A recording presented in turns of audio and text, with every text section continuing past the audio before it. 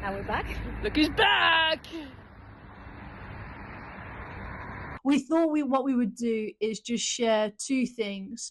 One thing that we really appreciated about our trip, and one thing that really inspired us about our trip to Uganda. So, Rosemary, why don't you kick it off? It's really hard to say only two things. There's so much we saw and learned. But I think one thing I really appreciated was the role of the local church, in this case, Watoto Church, in bringing healing to the communities. Yeah. It is a community, it's a country that's been gone through a lot. There's a lot of pain, and the hurt and the trauma are really real. And as Pastor Julius said, like, where there is hurt, there is also healing in Jesus, and how Watoto Church works with their communities in many ways, but ultimately they bring the hope of Jesus. And yeah, that really, really inspired me. Yeah. How about you?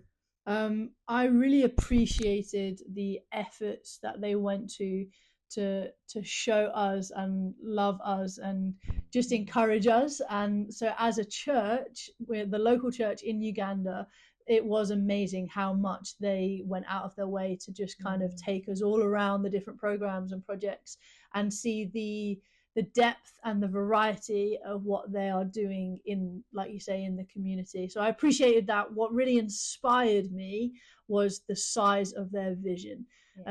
They, you know, it is a poor country. We did see poverty. There are people who are struggling in that context, in that country, but their vision is above and beyond. What they want to see in their country, not just their towns, not just their cities, not just their villages, what they want to see in their country and then beyond into Africa, is incredible. And it is literally not possible without God.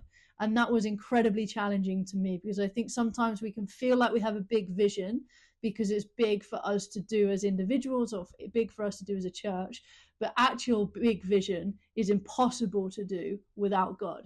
And that is what has inspired me, is to dream even bigger beyond myself, beyond what is possible for us, and dream the impossible that is only possible with God.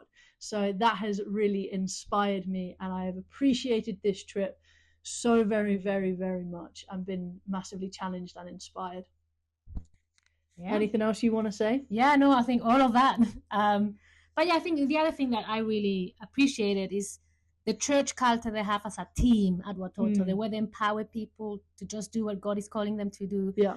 But also the humility. It's a team that you would see that they're unified, they work in humility, and they really rely on God and how, He's going to come through with finances and anything, really. It's just really amazing, the culture they have of hospitality. They served well. They really looked after us really well as well. So the culture, the team culture is really, really good. Yeah, and we literally could sit here for hours talking about it and sharing stories. We haven't really shared all that many stories yet, but individual stories, and just finding out about the context of that they're doing it in. And I think there's so much we can learn and bring across.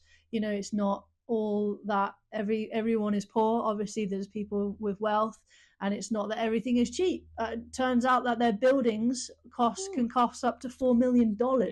So there's people who are earning £8 a day with their jobs, which is less than £200 a month, and they are raising funds together as a church. They've just given away, they've raised $1.5 million through the people in their church. It is inspiring, it is visionary, and it is Christ-centered, and they are transforming their community. So we've got a lot to learn and a long way to go. And I'm sure we'll share more about our trip to Uganda. Please do feel free to ask us about it and look for the photos. We'd love to show you. Thanks for joining with us. Yeah, speak to you soon. Bye.